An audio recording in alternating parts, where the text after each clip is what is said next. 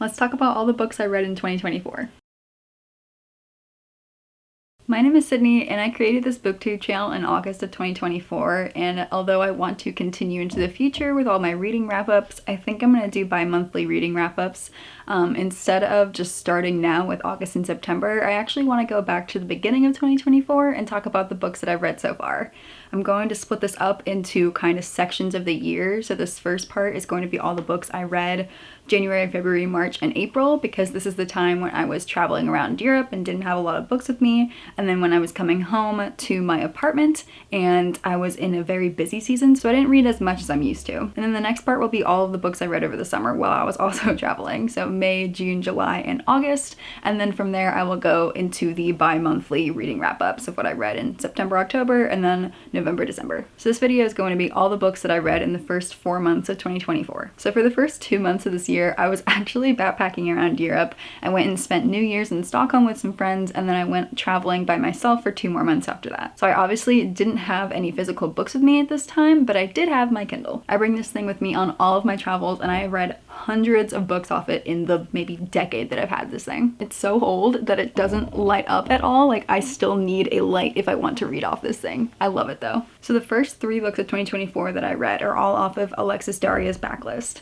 When I find an author and I really like them, I tend to read absolutely everything they've ever written, and this can get me into very repetitive reading months. So although I had read some of her other work in 2023, the 3 that I read first in 2024 were Solstice Miracle, Solstice Dream, and Take the Lead. Solstice Miracle and Solstice Dream are both books that I found off her website. I think I actually had to download an app to read them. I don't really remember. But basically they're 2 short little witchy novellas in which witches are real or not real, and they're just like, they take place in opposite times of the year, obviously the summer solstice and the winter solstice, and they're just really cute little love stories that were just perfect while I was traveling. And then Take the Lead is basically a book about Dancing with the Stars, but in her own universe. So our main characters are the professional dancer who is being threatened to be fired if she doesn't win this round, and then our male love interest is basically a survivalist. He and his family have a reality TV show in the Alaskan wilderness, and so it's very like big city girl and then very rural guy. I ended up rating this one 3 stars because I just could not believe at any point in time that these 2 people should have been together.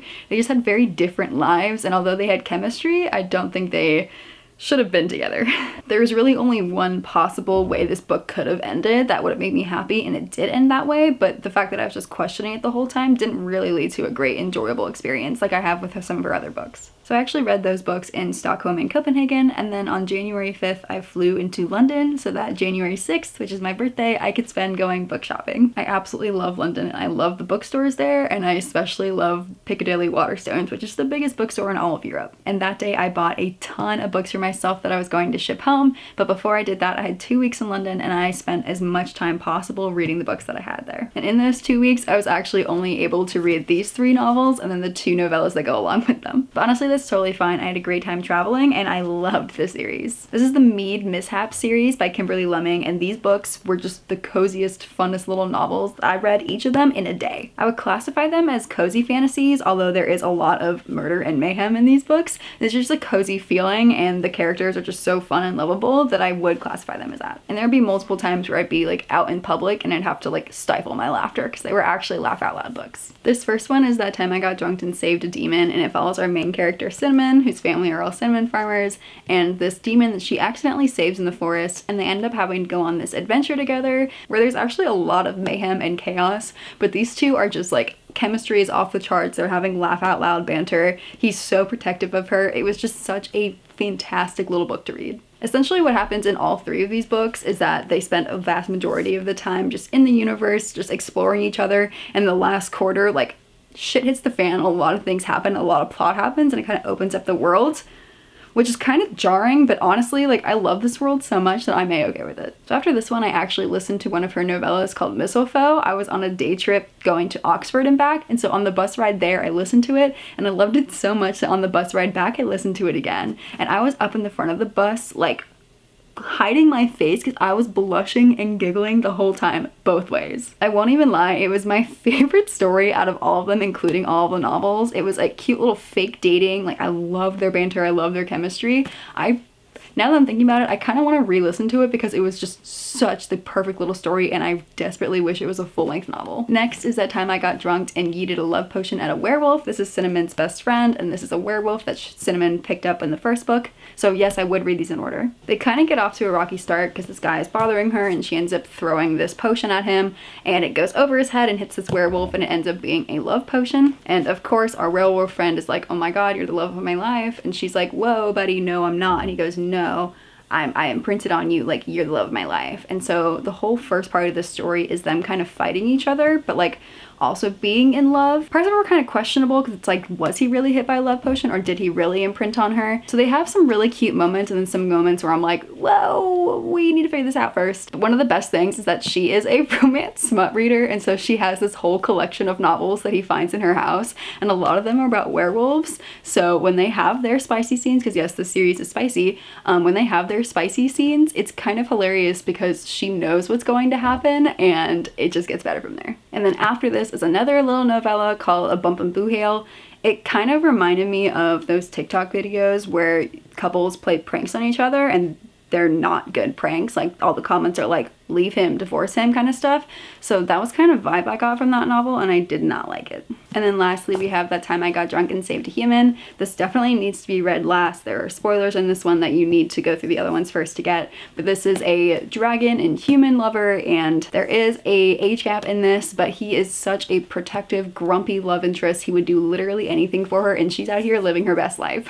I think she's very much what all of us would do if we were in her situation, which was so fun to read. Next, because the newest Crescent City novel came out in January, I actually started my reread of all Sarah J Maas books, and I am now 9 months later still in this reread. So I re-listened to A Court of Thorns and Roses in January, just kind of got a refresher because I hadn't read it in a few years, and then that just continues on. And then I left England, left all my books behind, went on to Germany, and so then from then on, for the next month and a half, I only had my Kindle with me. At this point, I am dozens of books deep into the Rubyverse, aka all the books written by Ruby Dixon. My very first one that I read by her was Ice Planet Barbarians, and that was just an actual laugh out loud universe that I just loved, but I'm now many books into her universe. They are just super short. Some of them are really fun. I love the universe and how it just keeps expanding. Like she could not stop writing. So I love universes like that where I can just dive deep into every single character and their stories. So for the rest of January, I read 4 more novels of her that all take place. There's this planet where all of these humans have now been saved and they each have their own little love stories with all these aliens out there. I read When She's Ready, When She's Married, When She Purrs, and When She Belongs. Some of her novels can deal with a lot of heavy topics because there's a lot of slavery in this universe with the humans, there's a lot of sexual abuse, all these things that really you need to look at the trigger warnings for. And so all of her books I give somewhere between 2.5 stars and 4 stars. I haven't had a 5-star from her for a while, but I still am chugging along through the series. Technically you could just pick one up and read through it, but you won't really understand who all the side characters are and everything, so I like starting from the beginning. And then in February I only listened to one book, which was a reread. I re-listened to Assassin's Blade, and that is the only book that I read in the entirety of February. I was still traveling for 4 more weeks and I was getting really tired and just didn't have the energy to read, so February is looking very sparse. But then I got back home in March and read one of my favorite books of the year so far, which is Where the Dark Stand Stills. Pretty much every video I saw about this online said it had House Moving Castle vibes, and that was more than enough for me, and I can confirm it does have that kind of vibe. Our main girl, Liska, lives in a small village on the side of this magic forest, and to have powers in her world is a big no-no, so she runs into the forest to try to remove her own powers, which she's been hiding for years, and she ends up making a deal with kind of the devil of the forest, the Liska, in which he says, if you live here and work for me for a year, I will grant your wish and you will no longer have powers. So it's kind of Beauty and the Beast vibes as well, in which this is the monster, but she lives in this really cool sentient house with little magic friends that she makes along the way. The forest outside is magical and is definitely trying to kill her, and so it's her trying to get through this year, trying to figure out the mysteries behind the forest, behind the Liska, behind whatever is going on behind the scenes. It is such a good book. Cozy, dark, fantasy vibes, definitely perfect for fall or winter.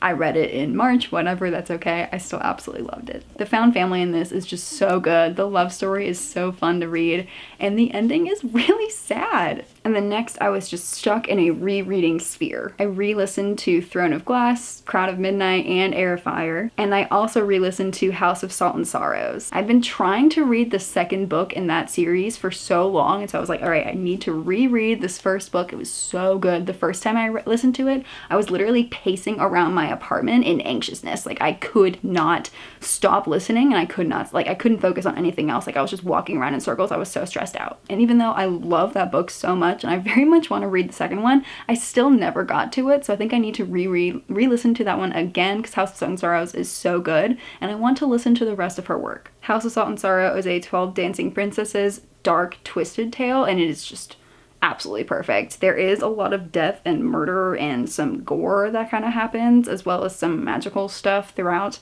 So if you don't like that kind of stuff, I don't really recommend, but if you don't mind your tales being a little darker, it is such a fantastic read. The romance is very, very subtle and very small throughout, because obviously the bigger deal is her sisters are being murdered. She needs to focus more on that. And then I read the Shepherd King duology by Rachel Gillig. This is One Dark Window and Two Twisted Crowns, and this series deserves all the hype it has gotten. This is a gothic fantasy with a very simple but probably one of the most unique magic systems I've ever read about, and just for that fact, these books are phenomenal. Basically, they're a deck of kind of tarot cards in which if you hold the card, then you get its power, so you can get strength or cunning or be able to be invisible or read minds, things like that. But if you use the cards too much, then they start to affect you. The main plot point in this series is that they are trying to unite the decks so they can banish this very deadly fog that is encroaching upon the village and the kingdom. In the first book, we follow our main girl. She actually has a demon inside of her head, who I won't lie is absolutely my favorite character. He is just so fascinating to read about, and I just absolutely adored him. So she's walking around with this demon in her head, so she has been affected by the magic, and usually when someone's been affected by the magic, they are sent into the fog to never be seen again, and so she's been hiding it her whole life that she's been touched by magic, and so she gets together with a band of one of the princes. Obviously, he's going to be the love interest, and then his family, so that they can try to unite the decks behind the king's back, because he's also trying to unite the deck, but not for good reasons. The plot in this is just absolutely fantastic. It's super easy to get along with. They end up becoming fake fiancés so they can spend more time together to catch all of the cards together. They go on fun adventures. The found family in this is just absolutely phenomenal. And the romance isn't forced. Like, they have a duty, there are very high stakes, but they have this chemistry that is just so lovely to read about. And in the second book, we are still following along with their story, but we are then adding his brother and then her love interest, which is her cousin. Their relationship is so good because they've both been affected by magic and they're both so strong in their own ways, and they have this very fun chemistry that is just a pleasure to read about. I 100% recommend you read these series. They are so good. They are so beautifully written. In the first book, at the beginning of each chapter, let me find one. At the beginning of each chapter, they have these really poetic cards on top, and they describe the cards themselves, but in just the most beautiful language. Like, these are just stunning books. These are both 4.5 stars for me. They were so close to being 5 stars. There were just 2 moments that dropped down for me. Like, they just disappointed me enough so much that it did drop down half a star. There was one absolutely needless character death that just, like, that whole plot point that surrounded the death just was so absolutely unnecessary to the whole plot, and it just made me really angry that it happened. And then the other time, the main character was just being so stupid that they almost fricked everything up. Like, this is so out of character for you that I think that it was just written in there to create more drama, and that pissed me off. But aside from those very 2 small moments, these books are absolutely perfect. And then I continued my ACOTAR reread by listening to A Court of Mist and Fury, and that took a very long time. And then next, I absolutely love Elise Kova, and I've been reading through all of her books, and I started the Awakens series. I am a huge Avatar: The Last Airbender fan, and so when I saw that it has Avatar vibes, and there's, you know, earthbending and waterbending and airbending and all of this kind of stuff, I was like, I am absolutely hooked by one of my authors that I really like, and Avatar vibes, like, I am all in. And so I listened to the first 4 books of the series. There's 5 in total, and I physically could not make it to the 5th because each book just kept getting worse and worse for me, which is such a disappointment. The first book was the best for me because it just sets up this really cool world in which there are, you know, these 4 kingdoms, and they all have elemental affinity, and there's this magic system, and our main girl is just so fun. She finds out that she has has air magic, which has been basically extinct at this point, but then things keep going wrong for her and she doesn't stand up for herself, which drives me crazy in books. And so she ends up getting sent off to war. Essentially, the Fire Kingdom is trying to capture the Earth Kingdom. Like, we've seen this before. We know they're the bad guys, but like, she's on their side, and it takes her way too long to figure out, maybe we're the bad guys here. There is a really great found family until they systematically get killed off one by one just to push the main character forward, and that pisses me off whenever that happens. When a side character who's really good and fantastic and their only point in the story is to push the main character forward with their death, that pisses me off. So I got all the way through the 4th book and I was just dragging my feet, and obviously I know exactly what's going to happen in the last book, so I just don't feel the need to read it. So that was March, and then in April I was like, you know what, I just need something fun. I have a lot of YA books from little free libraries that I've been wanting to read, and I remember loving this series as a middle schooler and a high schooler.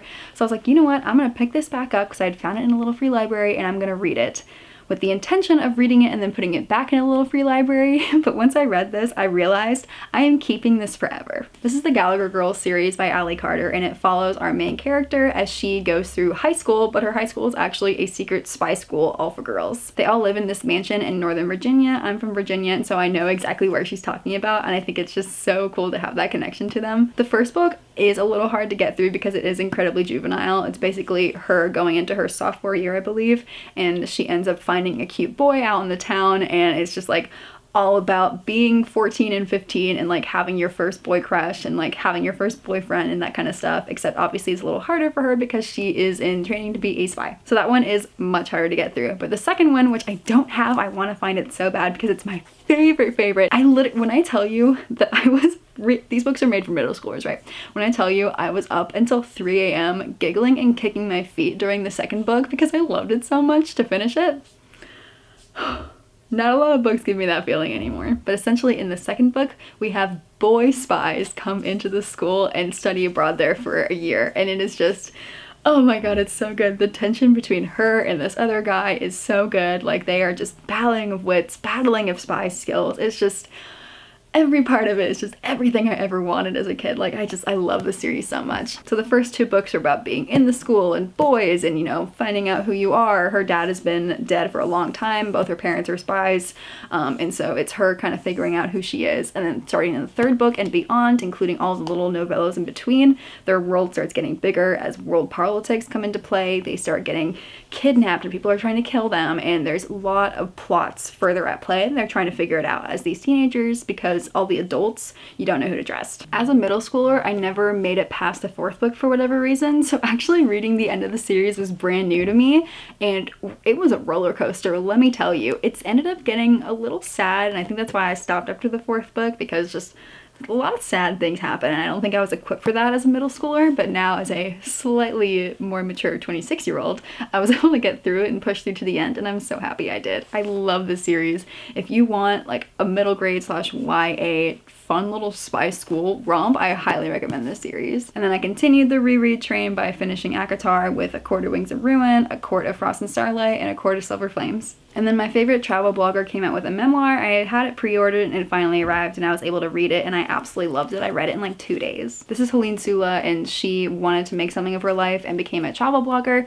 And so this is her crazy, fun, really wholesome, really real stories about being a travel blogger and all the adventures that she's been on over the years. She and I do not have similar travel styles at all. She likes to go somewhere for a week and just like hit the ground running and be doing stuff at all times, like always late to the airport because she fits in the most amount of things as possible. And obviously this leads to some chaos in her trips and some really funny stories. I don't travel like that. I like to take things very slow and calm so I can just enjoy it. So reading about the stories of somebody who travels very differently to me is just fantastic. She also has a lot of inspiration throughout because I'm also working at my own travel blog, and so just reading this was just, I followed her for years and I absolutely love her content and everything she does, so highly recommend if you were just into traveling at all. If you want to, start talking about your own travels, I highly recommend Helene Sula's memoir. And then the last 4 books I read in April before my summer's travels kind of started were 4 more books by Ruby Dixon. She has When She Dances, When She's Bold, When She's Lonely, and When She's Pregnant, and I gave them all 3 stars. They were all just middle of the road for me. I didn't particularly like any of them. I didn't super hate any of them,